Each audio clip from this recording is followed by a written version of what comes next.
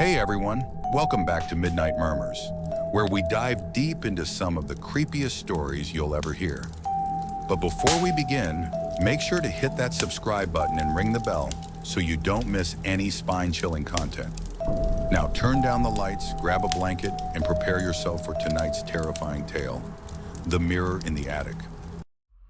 It was an old house, hidden away on the outskirts of town. People used to whisper about it. Tales of its history, tales of the strange happenings that took place there. But no one dared go near the house, at least, not after what happened to Alice. Alice had just moved into the house, excited for a fresh start. It was a fixer-upper, sure, but the price was right. The house was large and eerie, with dark corners and long hallways that seemed to stretch on forever. But one room in particular stood out to Alice, the attic.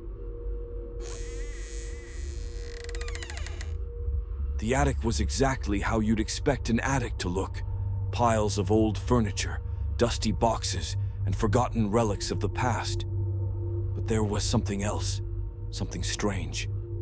At the far end of the room, partially covered by a worn-out sheet, was an old, ornate mirror. The mirror was beautiful, but unsettling. Its frame was intricately carved with designs that looked like ancient symbols. Alice, drawn to it, couldn't resist taking a closer look. But as she wiped away the dust, something caught her eye, an engraving on the mirror's surface, hidden in the corner, written in a language she didn't recognize. That night, Alice couldn't sleep. She kept thinking about the mirror. She'd heard rumors from neighbors, strange things that had happened to people who'd come in contact with it. They said the mirror wasn't just an object, it was a doorway. Curiosity got the best of her, and in the dead of night, she crept up to the attic once more, determined to figure out the truth. The air was thick with tension as she approached the mirror. As her reflection stared back at her, something was wrong. Her image seemed distorted, flickering, like a television screen with bad reception. Her heart raced, but she couldn't look away. Then the reflection began to move, without her. Alice backed away in horror, but the reflection stepped out of the mirror, its movements jerky and unnatural, like a puppet on strings. It smiled at her, its eyes cold and empty, and it whispered her name. Alice, come closer. Paralyzed with fear, Alice couldn't move. The reflection reached out its hand, its fingers pale and elongated. Just as it was about to touch her, Alice snapped back to reality and bolted out of the attic, slamming the door behind her. The next morning, Alice tried to brush off the incident, but every time she looked in any reflective surface, the reflection would smile back at her. Even in the windows, the mirrors, and the glass of the door. It followed her wherever she went. Terrified, she returned to the attic, but the mirror was gone. In its place was an empty space, as if it had never been there at all. She looked around, frantic, but there was no sign of it.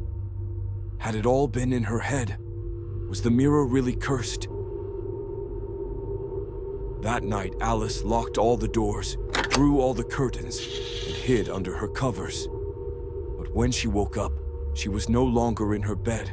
She was standing in front of the mirror, her reflection grinning back at her, as if it had been waiting all along.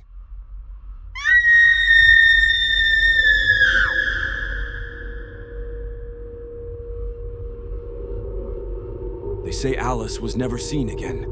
Some say she was trapped in the mirror, replaced by the sinister version of herself that had been waiting all this time. And now, the mirror waits for its next victim.